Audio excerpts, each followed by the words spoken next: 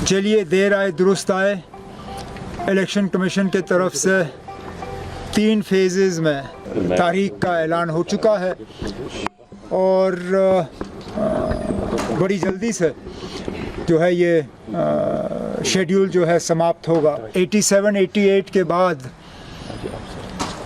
ये पहली मर्तबा है कि इतने कम अरसे के अंदर और इतने कम फेजेस में इलेक्शन जो हैं जम्मू कश्मीर में कराए जा रहे हैं। जाहिर सी बात है कि पॉलिटिकल पार्टीज़ के लिए ये एक नया तजुर्बा होगा, लेकिन मैं नेशनल कॉन्फ्रेंस के तरफ से इतना ही कह सकता हूँ कि हम पहले से ही इस दिन की तैयारी में लगे हुए थे।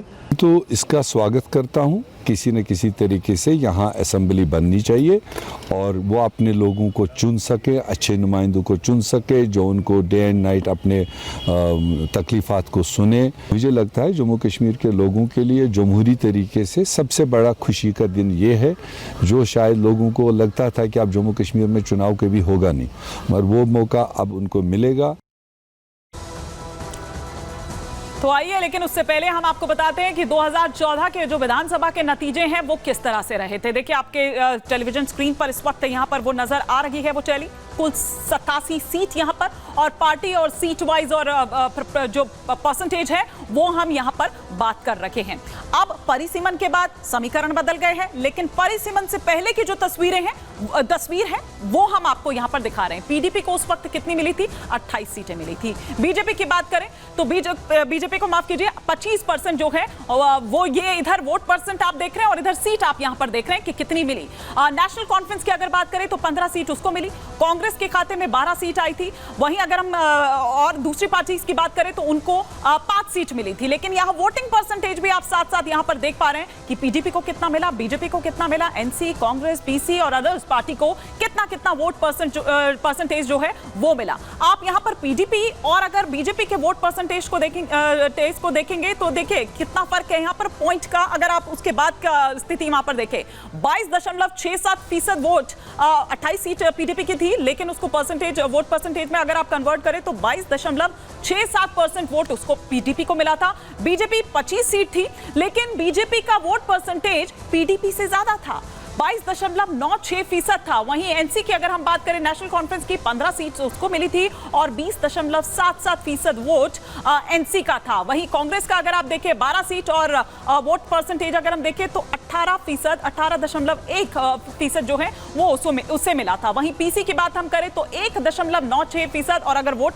सीट में कन्वर्ट करें तो 2 सीट उसके खाते में थी। अदर्स की अगर हम बात करें तो वोट परसेंटेज 7% और वहीं 5 सीट अगर उसको सीट में हम कन्वर्ट करें तो मतदाता अब करेंगे भाग्य का फैसला और वो अपनी सरकार चुनेंगे। कुल मतदाताओं की अगर हम बात करें तो 87.9 लाख जो मतदाता हैं वो हैं। अब इनमें पुरुष मतदाता कितने हैं? 44,46,000 पुरुष मतदाता है। महिला मतदाताओं की अगर बात करें तो 42,62,000 महिला मतदाता हैं। नए मतदाता भी जुड़े हैं, उनकी संख्या कितनी है? 7,37,000। तो मतदाता करेंगे भाग्य का फैसला। अब आपको बताते हैं कि घाटी में परिसीमन जब यह हुआ तो किस तरह की तस्वीर बदली।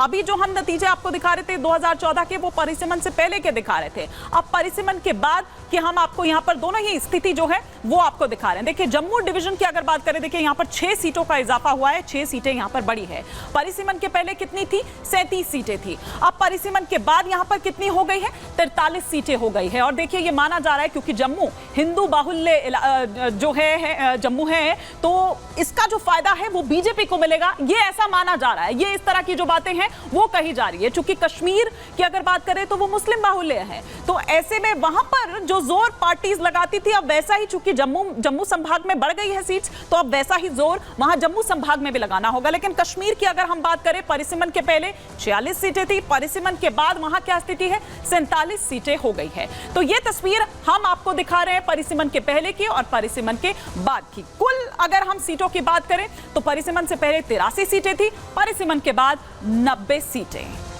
लेकिन अब आइए हम आपको बताते हैं जम्मू कश्मीर के चुनावी मुद्दे क्या है। सबसे पहला मुद्दा जिससे आप ये देखिए कि किस तरह से वहां पर उससे परेशान वो है, आतंकवाद सबसे बड़ा अगर मुद्दा की हम यहां पर बात करें। दूसरा मुद्दा घाटी की सुरक्षा से जुड़ा हुआ है। तीसरा मुद्दा युवाओं को रोजगार। चौथा मुद्दा विकास योजनाएं, आखिर वो क्या है जो चलाई जा रही है, या इससे पहले अगर कुछ ऐसा है तो उसका क्या फायदा मिला। ये तमाम मुद्दे हैं। राज्य के दर्जे को लेकर, आर्टिकल 370, 35A को लेकर, ये वो तमाम मुद्दे जम्मू कश्मीर के होंगे।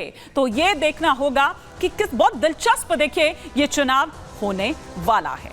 तो ये हमने आपको बताया कि किस तरह से समीकरण अब यहां पर बदले हैं। अब 10 साल बाद कितने हालात बदले हैं ये भी आपको फटाफट बता देते हैं। 5 अगस्त 2019 से जम्मू कश्मीर में कई बदलाव हुए हैं।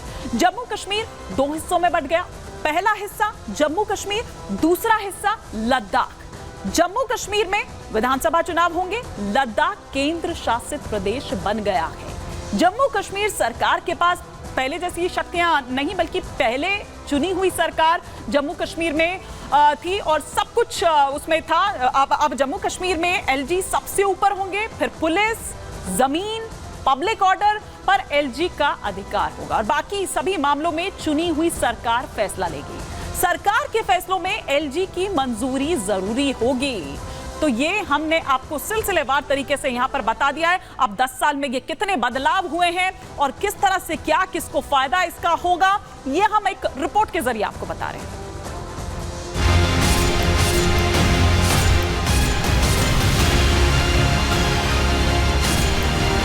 घाटी में 10 साल बाद विधानसभा के चुनाव होने जा रहे हैं। इलेक्शन कमीशन ने विधानसभा चुनाव की तारीखों का ऐलान कर दिया है।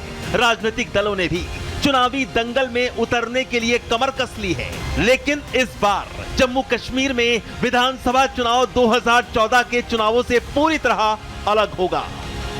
घाटी में परिसीमन के बाद सीटों का समीकरण पूरी तरह बदला हुआ है। जम्मू जहां हिंदू बाहुल्य इलाका है, वहीं कश्मीर को मुस्लिम बाहुल्य माना जाता है। परिसीमन से पहले जम्मू में 37 और कश्मीर में 46 सीटें थी, जिसके चलते कश्मीर में बेहतर प्रदर्शन करने के बाद सरकार बनाना आसान हो जाता था। लेकिन परिसीमन के बाद सीटों का गणित पूरी तरह से बदल गया है। इस बार के विधानसभा चुनावों में जम्मू में 43 और कश्मीर की 47 सीटों पर चुनाव होगा। यानी अब कश्मीर के साथ साथ सभी पार्टियों को जम्मू में भी पूरी ताकत झोंकनी होगी। 2014 के चुनावी नतीजों पर नजर डालें तो बीजेपी ने जम्मू की 37 में से 25 सीटों पर जीत दर्ज की थी। हाल ही में हुए लोकसभा चुनाव में भी बीजेपी ने जम्मू और उधमपुर सीट जीतकर अपने दबदबे को कायम रखा है। जम्मू संभाग में 6 सीटें बढ़ी हैं। ऐसे में माना जा रहा है कि हिंदुओं की आबादी और सीटों का बढ़ना बीजेपी के लिए अच्छे संकेत हैं। तारीखों का जो ऐलान किया है वो स्वागत योग्य है। चुनाव ये कोई स्वतंत्र संस्था है। डेट्स अनाउंस करना, चुनाव कब होगा, चुनाव कैसे होगा, कहां पर होगा, कहां बूथ बनेगा, ये उसका अधिकार क्षेत्र है। और मैं एक जिम्मेवार राजनीतिक दल होने के नाते भारतीय जनता पार्टी चुनाव आयोग का स्वागत करती है और देश के आदरणीय प्रधानमंत्री श्री नरेंद्र मोदी जी के सशक्त नेतृत्व एवं देश के माननीय गृह मंत्री अमित शाह की दूरदर्शी सोच के चलते आज जम्मू कश्मीर से धारा 370 की बेड़ियों से मुक्ति मिली है।